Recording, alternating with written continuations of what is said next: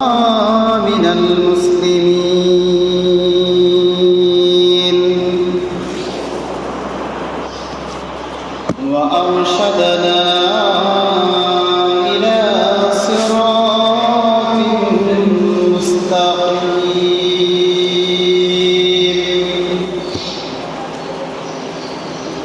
ومن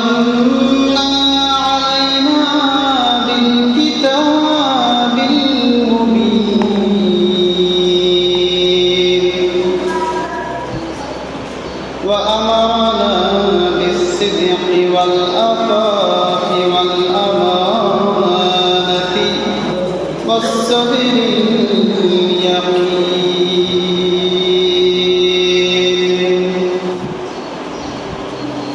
أشهد أن لا إله إلا الله وحده لا شريك له وأشهد أن محمدًا عبده ورسوله قال الله تعالى في كلامه المجيد أعوذ بالله من الشيطان الرجيم بسم الله الرحمن الرحيم واعبدوا الله ولا تشرك به شيئا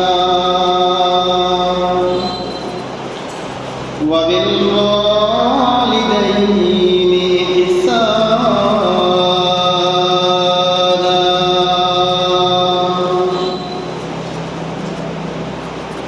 وقال الله تعالى في كلامه المجيد ربنا اغفر لي ولوالدي وللمؤمنين يوم يقوم الحساب قال الله تعالى في كلامه المجيد وقال رسول الله صلى الله عليه وسلم هما جنتك ونار اللهم صل على سيدنا ونبينا وشفيعنا وحبيبنا ومولانا محمد وعلى آله وأصحابه وبارك وسلم بلغ العلا كشف الدجى بجماله حسنت جميع الصالحين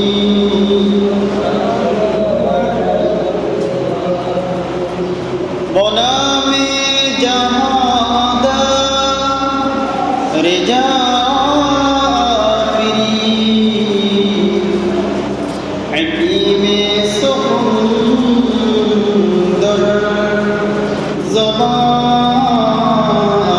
زمافري بلغ العلا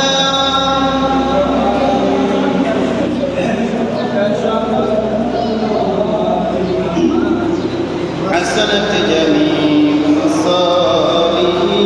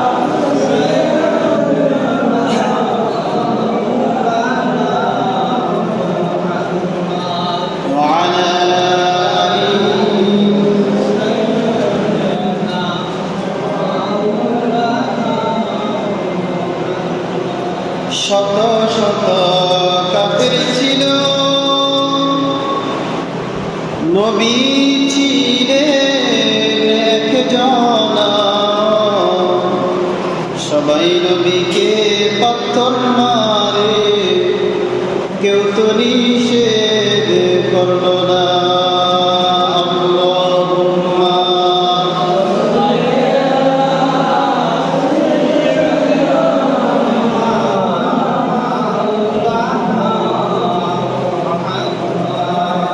আলা আলি সাইয়্যিদিনা।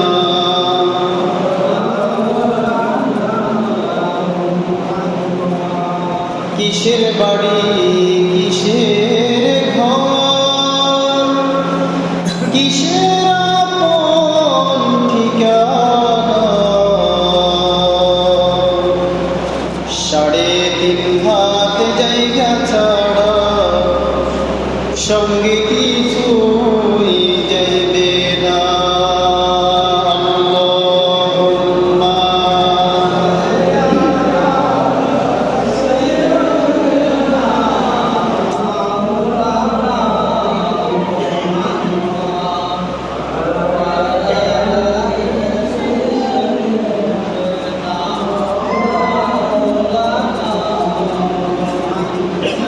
লা ইলাহা ইল্লাল্লাহ, লা ইলাহা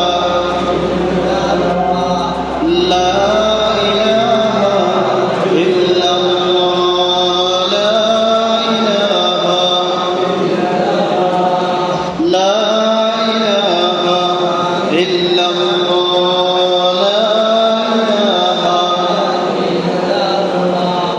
লা ইলাহা ইল্লাল্লাহ, লা ইলাহা ইল্লাল্লাহ, লা ইলাহা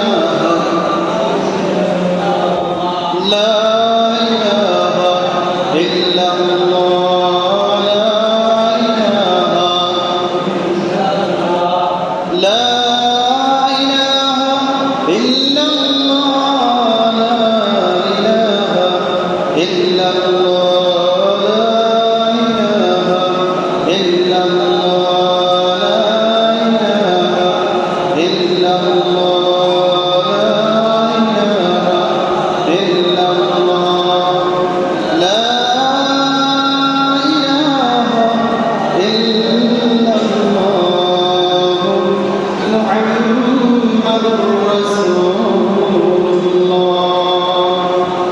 সাল্লাল্লাহু আলাইহি ওয়াসাল্লাম। সম্মানিত হাজিরিন, প্রিয় মুসল্লিয়ানে কেরাম, আল্লাহ আমাদেরকে জুমার নামাজে তার ঘরের মেহমান বানিয়েছেন, বলি আলহামদুলিল্লাহ। সম্মানিত মুসল্লিগণ, রমজানের পরের মাসের নাম কি? রমজান, শাওয়াল বলে আমাদের। এই মাস অত্যন্ত গুরুত্বপূর্ণ একটা মাস। রাসূল হাদিসের মধ্যে বলেন, যে ব্যক্তি এই শাওয়াল মাসে 6টা রোজা রাখবে, রমজান মাসের 30টা, শাওয়াল মাসের এই 6টা, এই পরিপূর্ণ রোজাগুলা যদি কোনো ব্যক্তি রাখে, 30টার সাথে 6টা মিলে রাখে, তবে সেই পরিপূর্ণ 1 বছর রোজা রাখার সওয়াব পায়। আমরা চেষ্টা করব যে প্রত্যেকে এই 6টা রোজা রাখার জন্য। আরেকটা হাদিসের মধ্যে আসছে, যে ব্যক্তি একটা রোজা রাখে সে 40টা রোজা রাখার সমান সওয়াব পায়। আরও একটা হাদিসের মধ্যে আসছে, যে ব্যক্তি এই এই মাসে এই 6টা রোজা রাখে, তো আল্লাহ তাকে 3টা জিনিস দান করেন। রমজান মাসেও যেরকম সওয়াব দান করতেন, সেরকম সওয়াব এই মাসেও আল্লাহ দান করবেন। তো তার মধ্যে একটা গুরুত্বপূর্ণ হলো যে আল্লাহ তার ছোট ছোট গুনাহগুলো মাফ করে দেবেন। বলেন সুবহানাল্লাহ। জাহান্নাম থেকে তার নামটা কর্তন করে দেবেন। বলেন সুবহানাল্লাহ। এটা কত গুরুত্বপূর্ণ একটা ফজিলত, কি বলেন, ঠিক না? আমরা মনে করি রমজান শেষ আমল শেষ, কিন্তু রমজান শেষ আমল শেষ নয়। আমার জিন্দেগি যতদিন আছে ততদিন আমার প্রচেষ্টা থাকবে একজনকে খুশি করার। কয়জনকে খুশি করার? একজন। আপনি শত চেষ্টা করেও পৃথিবীর মানুষগুলোকে খুশি করতে পারবেন না, এমনকি আপনার প্রিয় মানুষটাকেও না। একটা না একটা সময় সে আপনাকে ভুলে যাবে, কিন্তু একজন কখনো তার বান্দাকে ভুলুন না। তিনি কে বলেন? আল্লাহ। অত্যন্ত মহব্বতের সাথে আল্লাহর নামটা নিয়ে আল্লাহ আরো বেশি খুশি বলেন আল্লাহু আকবার। আল্লাহ আমাদের সকলকে ভালোবাসেন, যে নেককার তারও ভালোবাসেন, যে বদকার তারও ভালোবাসেন। যদি আল্লাহর ভালোবাসা না থাকতো তো সূর্য একদিন যে অস্ত যাইত আর পরের দিন উঠতো না। আমরা যেই পরিমাণ আল্লাহকে নাশকরি করি, যেই পরিমাণ আল্লাহর নাফরমানি করি। সম্মানিত মুসল্লিগণ, আজকে আমার আলোচনার বিষয় হলো পিতামাতার খিদমতের সম্পর্কে। মহান রব্বে কারীম তার হুকুমকে মান্য করা আমাদের উপর কি করেছেন? ফরজ করেছেন। এক নাম্বার যাকে মানতে হবে তিনি কে? আল্লাহ। কথা বলেন, এক নম্বরে কাকে মানতে হবে? আল্লাহকে না মানার কোনো বিকল্প নাই, মানতেই হবে। আল্লাহকে মানা ছাড়া কোনো ব্যক্তি এই পৃথিবীতে বেঁচে থাকার অধিকারটাও রাখে না। যেই ব্যক্তি আল্লাহকে মানে না সে কাফের। সে কি? কাফের। কাফের মানেটা হলে আপনি হিন্দু হতে পারেন, বৌদ্ধ হতে পারেন, খ্রিস্টান হতে পারেন, যে কোনো ধর্মের হতে পারেন, কিন্তু আপনি মুসলমান না। আপনি কি নয়? মুসলমান নয়। প্রশ্ন আসতে পারে, আরও তো অনেক জাতি আছে যারা খোদায় বিশ্বাস করে, আছে না? খোদা বিশ্বাস করে না এরকম জাতি খুব কমই আছে। যদিও কেউ মূর্তি পূজা করে, যদিও কেউ শিরিক করে, আল্লাহকে বিশ্বাস করে এরকম হাজারো জাতি আছে, কিন্তু মুসলমান নয়। শুধু আল্লাহকে মানলে কখনো মুসলমান হওয়া যায় না, তার রাসূলকে মানতে হয়। তার রাসূলকেও তার একদম সুস্পষ্ট প্রমাণ হলো, আমরা বলছি কি কালিমা লা ইলাহা ইল্লাল্লাহ। এখানে কিন্তু কালিমা শেষ হয় নাই, মুহাম্মাদুর রাসূলুল্লাহ। এই মুহাম্মাদুর রাসূলুল্লাহর মধ্যে এসে কালিমা কি হয়েছে? শেষ হয়েছে। তার মানেটা হলো আল্লাহকে মানতে হবে, সাথে সাথে তার রাসূল, তার প্রিয় হাবিব, তার বন্ধুকেও মানতে হবে। সুবহানাল্লাহ। তো তার বন্ধুকেও মানতে হবে, তাকেও মানতে হবে, সাথে সাথে এর পরবর্তী স্থানে যাদেরকে মানতে হবে তারা কে? নিজের পিতামাতা। আপনার যত পীর সাহেব থাকুক, আপনার যত বড় মুরব্বী থাকুক, সবচাইতে বড় মুরব্বী হলো নিজের পিতামাতা। পিতামাতার উপরে কোনো পীর নাই, পিতামাতার উপরে কোনো অভিভাবক নাই। এখন তো পিতামাতার উপরে নেতারা হয়ে যায়, নেতার কথা মানে, কিন্তু পিতামাতার ডাক ভয় শোনে না। আছে না এরকম? আছে কি না বলেন না? এই সমস্ত লোকগুলোর অবস্থান কোথায় হবে? সম্মানিত মুসল্লিগণ, রাসূল হাদিসের মধ্যে বলেছেন যে তুমি কি জান্নাতে যাইতে চাও নাকি জাহান্নামে যাইতে চাও, সেটা তুমি ঠিক করবা। কে ঠিক করবে? হুয়া জান্নাতুকা হুয়া নারুকা। তোমার পিতামাতা হলো তোমার জান্নাত, আর তোমার পিতামাতাই হলো তোমার জাহান্নাম। পিতামাতা আমার কি? জান্নাত। আর আমার পিতামাতা আমার কি? জাহান্নাম। রাসূল হাদিসের মধ্যে বলেন যে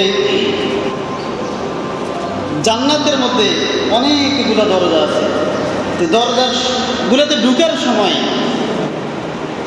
দরজাগুলোতে ঢুকার সময় একটা চাবি থাকবে। আমরা বলি মিফতাহুল জান্নাতিস সালাহ, নামাজ বেহেশতের চাবি। ঠিক আছে, নামাজ বেহেশতের চাবি, কিন্তু আরেকটা চাবি দরকার আছে জান্নাতে ঢুকতে হলে, সেটা হলো কি? পিতামাতা। এই জন্য হাদিসের মধ্যে বলা হয়েছে পিতামাতার পায়ের নিচে সন্তানের বেহেশত। যদিও হাদিসটা দুর্বল, আপনি ফেলে দেওয়ার মতো না, হাদিসটার অনেকগুলো রওয়ায়াত আছে। তাহলে পিতামাতার পায়ের নিচে সন্তানের কি? বেহেশত। এবার বুঝেন, আমরা যারা পিতামাতার নাফরমানি করি আমাদের অবস্থান কোথায় হবে? আমরা কি আসলে আল্লাহ তাআলাকে ভালোবাসি বা আল্লাহর প্রিয় বান্দা হতে পারলাম কি না?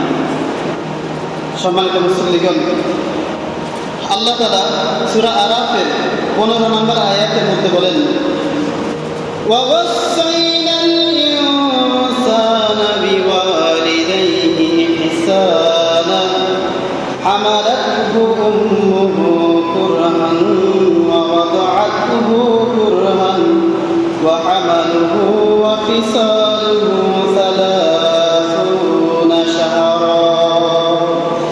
আমি মানুষকে তার পিতামাতার সাথে সৎ ব্যবহার ব্যবহার করার নির্দেশ দিয়েছি।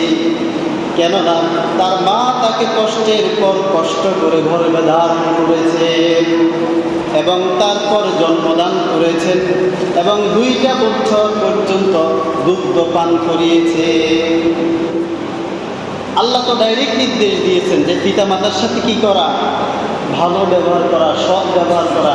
তার মানেটা হলো বেয়াদবি না করা। কারণটা হলো মা তার সন্তানকে গর্ভে ধারণ করেছেন। প্রত্যেকটা মানুষ আমরা মায়ের মাধ্যমে দুনিয়াতে আসি নাই। মা জানে একজন সন্তানকে ধারণ করা কতটা কঠিন ছিল, সেটা আমরা বুঝি না। পিতা যতটা সন্তানকে ভালোবাসেন তার থেকেও বেশি কে ভালোবাসেন? মা। কারণ আপনি যে জিনিসের প্রতি বেশি কষ্ট করবেন সেই জিনিসটার প্রতি আপনার দরদ বেশি থাকবে, আপনার মায়া মহব্বত বেশি থাকবে। পিতার থেকে মা অনেক বেশি কষ্ট করেন সন্তানের জন্য, এই জন্য মা তার সন্তানকে বেশি ভালোবাসেন। না খায়া সন্তানকে খাওয়ান কি না? খাওয়ান না। সন্তান বিদেশে থাকে, সে যদি কখনো কষ্টে বিপদে পতিত হয় কেউ জানে না, কিন্তু একজনের জানা হয়ে যায়। তিনি কি? কারণ তার সাথে অন্তরের নাভির একটা সম্পর্ক থাকে, একটা অটোমেটিক এমন একটা নেটওয়ার্ক থাকে যেটা সারা পৃথিবীর মানুষের তৈরি নেটওয়ার্কের থেকেও শক্তিশালী। সেটা হলো মা। মায়ের থেকে বেশি সন্তানকে কেউ ভালোবাসে না। আর মা কখনো যদি সন্তান ব্যথা পায় সেটা মায়ের অন্তর অটোমেটিক জানা হয়ে যায়। আল্লাহ আমাদের সকলকে পিতামাতার খেদমত করার তৌফিক দান করুন। আরেকটা আয়াতের মধ্যে আল্লাহ তাআলা বলেন, ওয়া'বুদুল্লাহা ওয়া লা তুশরিকু বিহি শাইআ ওয়া বিল ওয়ালিদাইনি ইহসানা। প্রথমত আমার ইবাদত করবে, প্রথমত আমি আল্লাহর ইবাদত করবে, আমার সাথে কিছু শরীক করো না। ওয়া বিল ওয়ালিদাইনি ইহসানা, এবং পিতামাতার সাথে সুন্দর ব্যবহার করবে। তার সাথে আল্লাহর হুকুম প্রথমে মানতে হবে। এটা কার কথা? বলেন না, কার কথা? আল্লাহর কথা। দ্বিতীয়ত হুকুম মানবে, শরীক করিও না। পৃথিবীতে একজন মানুষ আল্লাহর কাছে সম্মানিত হয়ে যায় নফল ইবাদতের মাধ্যমে না। কিসের মাধ্যমে না? শুধুমাত্র নফল দিয়ে যদি কোনো ব্যক্তি সারাটা জীবন শুধু নফল আদায় করলো, সে আল্লাহর প্রিয় ব্যক্তি হইতে পারবে না যতক্ষণ পর্যন্ত তার ফরজ পরিপূর্ণ না থাকবে। তাহলে আমার প্রথম কি থাকবে? ফরজ পরিপূর্ণ থাকবে। তারপরে যেটা থাকবে, ওয়ালা তুশরিকি বিহি শাইআ, আমার সাথে কোনো কিচ্ছু শরীক করিও না। মানে আমার সাথে আমার ইবাদত করবা, ঠিক আছে, যা পারো করবা, ফরজ ঠিক রাখবা, তারপর কোনো গুনাহ করিও না। কোনো কি করিও না? গুনাহ করিও না। নামাজ না পড়া গুনাহ, চুরি করা গুনাহ, ডাকাতি করা গুনাহ, মিথ্যা বলা গুনাহ, গীবত করা গুনাহ, শিকায়েত করা গুনাহ, কারো ক্ষতি করা অযথা, এটাও গুনাহ। এগুলো কি? গুনাহ। এই গুনাহ থেকে বেঁচে থাকবা। পাশাপাশি যেটা করবে, পিতামাতার সাথে সুন্দর ব্যবহার করবে। এটা কার কথা? কথা বলেন, কার কথা? আল্লাহর কথা। আল্লাহর কথা মানতে কি কোনো সমস্যা? মানতে হবে। আপনি যতটা জানেন, আরও জানার চেষ্টা করেন, কিন্তু আমার দ্বারা যেন আল্লাহর নাফরমানি না হয়ে যায়, আমার দ্বারা যেন আল্লাহর সাথে গুনাহ না হয়ে যায়। আল্লাহ তাআলা সূরা বনী ইসরাঈলের 24 নম্বর আয়াতের মধ্যে বলেন, ওয়াকাযা রাব্বুকা আল্লা তা'বুদু ইল্লা ইয়্যাহু ওয়া বিল ওয়ালিদাইনি ইহসানা। তুমি তোমার পিতামাতার সাথে সৎ ব্যবহার করবে। যদি পিতামাতার মধ্যে কেউ মারা যায়, অথবা পিতা অথবা মাতা আরেকজন যদি জীবিত থাকে, তাদের সাথে সৎ ব্যবহার করিও। পিতার সাথে মাতার সাথে ধমক দিয়ে কথা বলিও না, তাদের প্রতি নম্র ব্যবহার করিও। আল্লাহ তোমাদের প্রতি দয়া পরবশ হবে। আমাদের সমাজে এরকম অনেকেই আছে, আমাদের পরিচিত জনের মধ্যে অনেকে আছে যারা পিতা মাতা যখন ভালো কথাগুলো বলে তখন সুন্দর ভাষায় কথা বলে না, উল্টা ধমক দিয়ে কথা বলে। আছে না এরকম? আছে কি না? কিছুদিন আগে একটা ঘটনা ঘটছে যে এক সন্তান তার পিতার কাছে মদ খাওয়ার জন্য টাকা চাইতেছে। শুনছেন কি না আপনারা?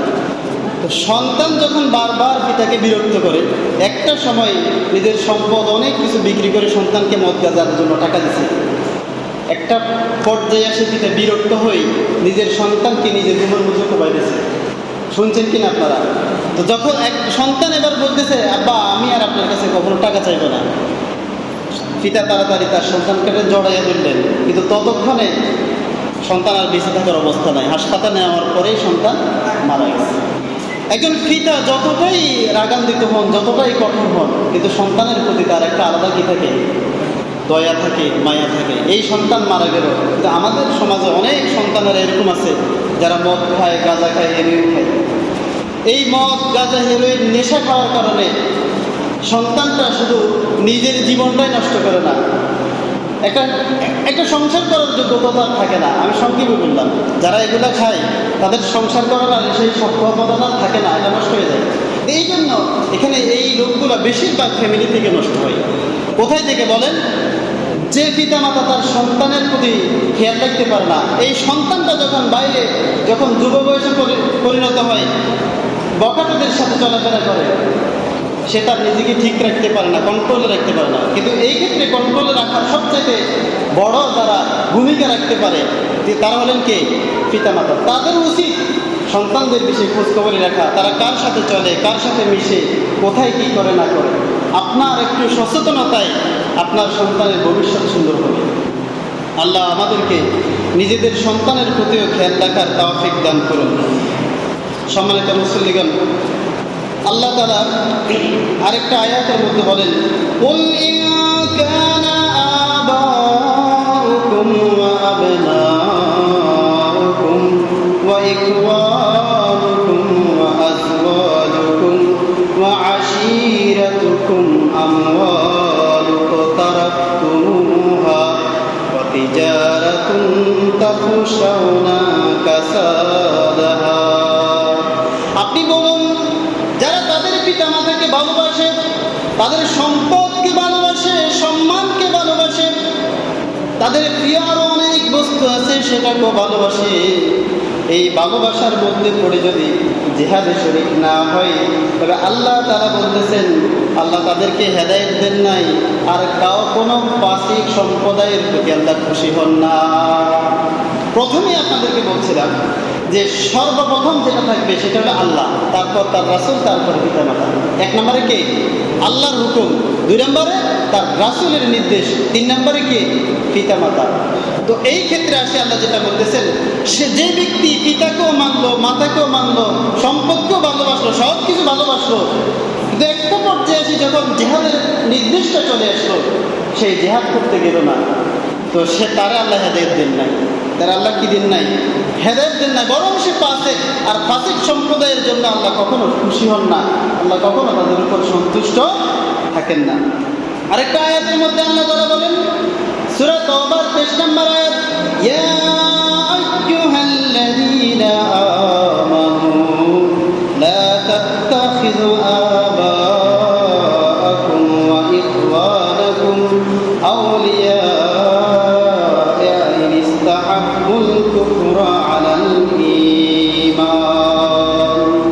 তোমাদের যাদের, হে ঈমানদারগণ, তোমাদের যাদের পিতামাতা বা ভাইদেরকে তোমরা বন্ধুরূপে গ্রহণ করো, যদি তারা ঈমানের থেকে বেশি কুফরিকে পছন্দ করে, অর্থাৎ কোনো ব্যক্তি সে মুসলমান, তার পিতামাতা ভাই ব্রাদারও মুসলমান, বা সে মুসলমান, তার পিতামাতা কাফের, তো সেই ক্ষেত্রে সে তার পিতামাতাকে অনেক বেশি ভালোবাসে, মান্য করে চলে। কিন্তু যাদেরকে মান্য করে চলে তারা ঈমানের অপেক্ষায় কুফরকে বেশি পছন্দ করে। আছে না এরকম? মুসলমানের মধ্যেও আছে যে তারা মুসলমান ঠিক আছে, কিন্তু ইসলামের হুকুমতের থেকে কুফরিবাদ যেটাকে বলে সেটাকে অনেক বেশি পছন্দ করে। অথবা মুসলমান সন্তান কিন্তু তার পিতামাতা কাফের। এই ক্ষেত্রে আল্লাহ তাআলা বলতেছেন, وَمَنْ يَتَوَلَّهُمْ مِنْكُمْ فَأُولَئِكَ هُمُ الظَّالِمُونَ। এই ক্ষেত্রে পিতামাতার কথা মানা যাবে না, ভাইয়ের কথা মানা যাবে না। ইনিস্তাহাব্বুল কুফরা আলাল ঈমান, কেননা তারা কুফরের, ঈমানের থেকে কুফরকে বেশি ভালোবাসে।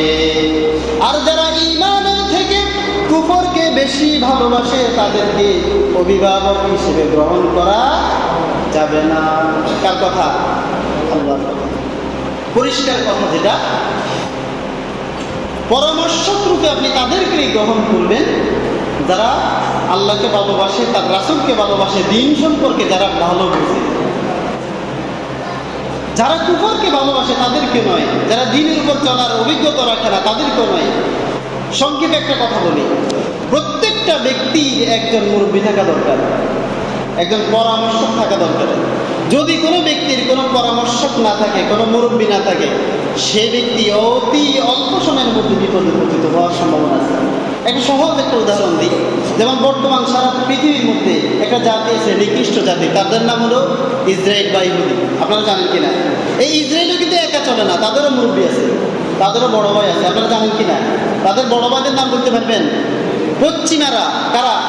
এক নম্বরে আমেরিকা বড় ভাই, তারপরে পশ্চিমা, জার্মান, তারপরে ফ্রান্স, ইটালি যারা আছে এরা এদের বড় ভাই। তো এই কাফের যারা, তারাও বুঝে মুরব্বী ছাড়া চলা যায় না। এই জন্য প্রত্যেকটা ব্যক্তি একজন, অনেকেই বলে পীর সাহেব, কি বলে? পীর সাহেবের পি অর্থ মুরব্বী, পীর এটা হলো পার্সি শব্দ। আপনার প্রত্যেকটা ক্ষেত্রে আপনার একজন মুরব্বী থাকা কি আছে? দরকার আছে। যে কোনো সময় তার থেকে পরামর্শ নিতে পারেন। তো মুরব্বী হিসেবে তাকে গ্রহণ করতে হয় যার মধ্যে দ্বীনের কি আছে? বুঝ আছে। আল্লাহ তাআলা বলতেছেন পিতামাতার সম্পর্কে, রব্বিরহামহুমা কামা রাব্বায়ানি সগীরা। এভাবে আল্লাহ পিতামাতার জন্য দোয়া করার নির্দেশ দিয়েছেন। আপনারা দোয়া করেন কিনা? প্রত্যেকে দোয়া করবেন। দোয়াটা কি? একদম সংক্ষেপ দোয়া করার মধ্যে বলেন তো এটা কি? বলেন, রব্বিরহামহুমা কামা রাব্বায়ানি সগীরা।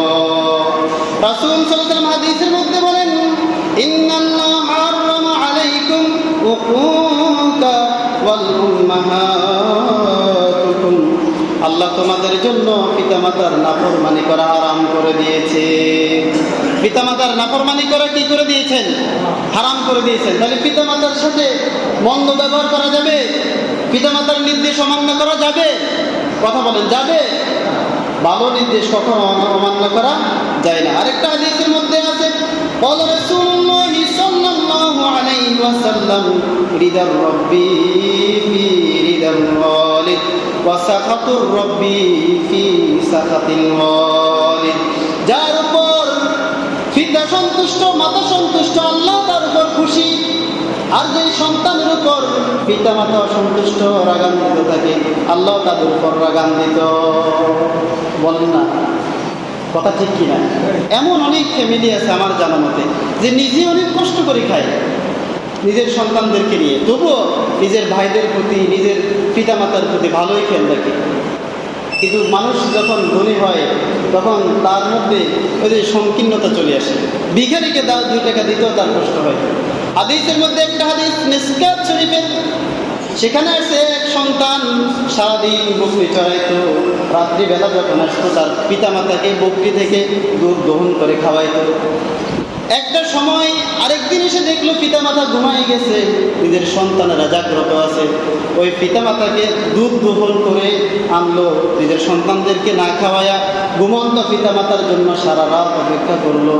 আর যখন পিতামাতা ঘুম থেকে জাগ্রত হলো তখন তাদেরকে দুধ পান করাইলো, তাদেরকে দুধ কি পান করে। ওই ব্যক্তির উপর আল্লাহ খুশি হয়ে গেলেন, বড় ধরনের এক বিপদ থেকে তাকে হেফাজত করলেন। বলেন না সুবহানাল্লাহ। যেই সন্তান পিতামাতার খেদমত করে আল্লাহ তাকে বড় বিপদ থেকে হেফাজত করেন। রাসূলুল্লাহ সাল্লাল্লাহু আলাইহি ওয়াসাল্লাম আরেকটা হাদিসের মধ্যে বলেন, লা ইয়াদখুলুল জান্নাতা মান্নানুন ওয়ালা আতিকুন ওয়ালা মুদমিনুন খামার। 3 ব্যক্তি জান্নাতে প্রবেশ করবে না। কয় ব্যক্তি? 3 ব্যক্তি। যে ব্যক্তি মদ পান করে, যে ব্যক্তি কি পান করে? মদ পান করে। যে ব্যক্তি হারাম খায়, যে ব্যক্তি কি খায়? মদ পান করে, হারাম খায়, খোটা দানকারী। হারাম খায় আর খোটা দান, মদ পান করে হারাম খায় একই কথা। খোটা দানকারী, অনেক লোক আছে না উপকার করে মানুষকে খোটা দেয়, আসেনি এরকম? যে ব্যক্তি উপকার করে